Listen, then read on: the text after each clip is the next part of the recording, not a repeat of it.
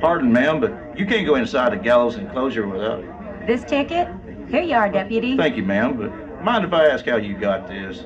Only officers, invited guests, and newspapermen can... The U.S. Marshal himself arranged for it. I represent an Eastern group of ladies who lobby against capital punishment. Excuse me, ma'am. Hold on there, partner. Can't you go ahead and inside without a ticket? But I want to see the woman swing. Well, then you're too late anyway. That was last summer and she had her sentence commuted. Today we're sending up 6 Indians, and now this ain't no carnival. You get on out of here and move along. 6? The newspaper reported 9. Hangman Maladin is now preparing the execution of 9 men on Thursday next, January 16th, 1890, which is the largest number ever hung here at one time.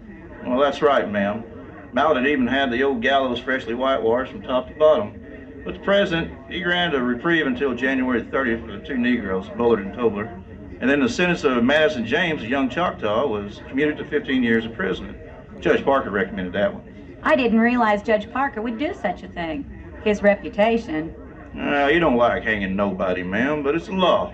Otherwise, out here, there'd be hell to pay. He said as much in the paper when he sentenced the original 9. They're cold-blooded murders. If you were to search the world over, you could not find 9 crimes so black as these, and yet 7 of these men are Indians, which is also an unusual thing.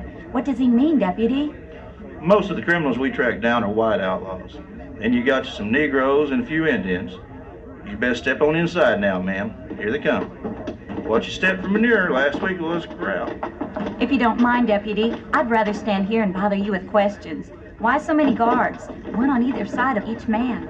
Well, some may try to run, and then someone may try to rescue them. Rough times, ma'am. Who are the 6 men? Harris Austin, full-blood Chickasha, killed a white man in cold blood. Next are John Billy and Thomas Willis, both the Choctaws. They got drunk, killed a white man, and gave him the whiskey. And over yonder is Jefferson Jones, another Choctaw, killed a white man traveling through.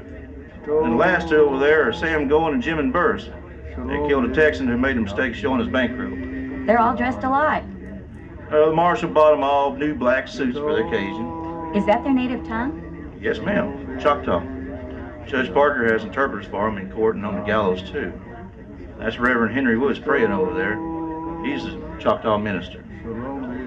Now Maladin's drawn down the black hoods. He's adjusting the ropes. Oh, I don't want to watch. The marshal's looking at his pocket watch. It's noon straight up. Oh, my. I feel a little faint.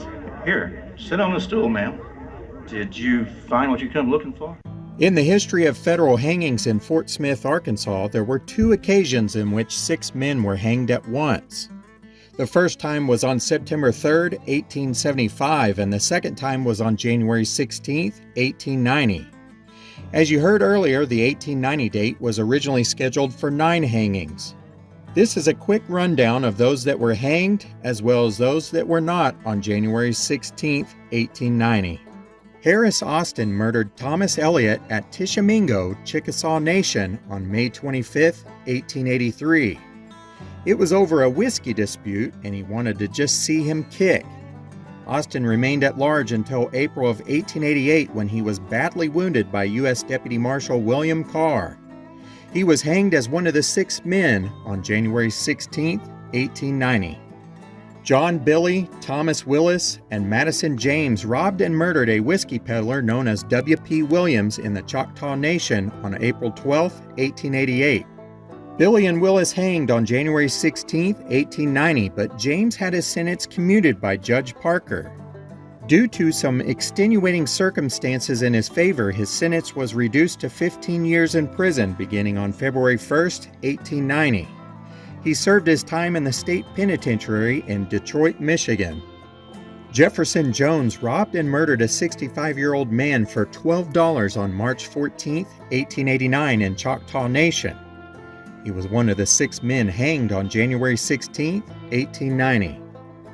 Jim and Burris and Samuel Goen robbed and murdered a young Texan named Houston Joyce who was just trying to pass through Indian territory, but when he got to the Choctaw Nation, he met his demise. They were both hanged on January 16, 1890. Charles Bullard committed murder and he was scheduled to hang on January 16, 1890. However, his sentence was commuted. He was sentenced on February 1st, 1890 to serve in the state penitentiary located in Columbus, Ohio. George Tobler was originally scheduled to hang on January 16, 1890 for the murder of another fellow black man named Irvin Richmond. On the night of April 30, 1889, Tobler attended a dance in Choctaw Nation. Richmond was also there with a woman that he and Tobler had previously fought over.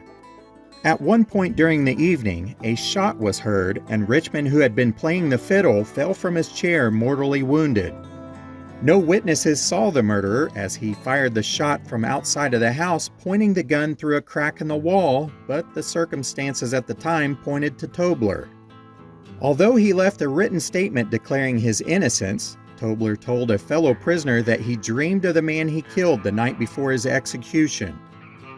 All of these men that were hanged were buried in unmarked graves in Oak Cemetery located in Fort Smith, Arkansas. They remain unmarked to this day. I believe that this is the section where they are located just because it's in such a large space with no markers, and other men from other hangings were also buried in the same fashion together in the cemetery. That's going to close out our little story that took place on January 16, 1890. I hope you enjoyed this and you learned a little bit of something. As always, I really appreciate you all watching, liking, and sharing. And we'll see you guys next time.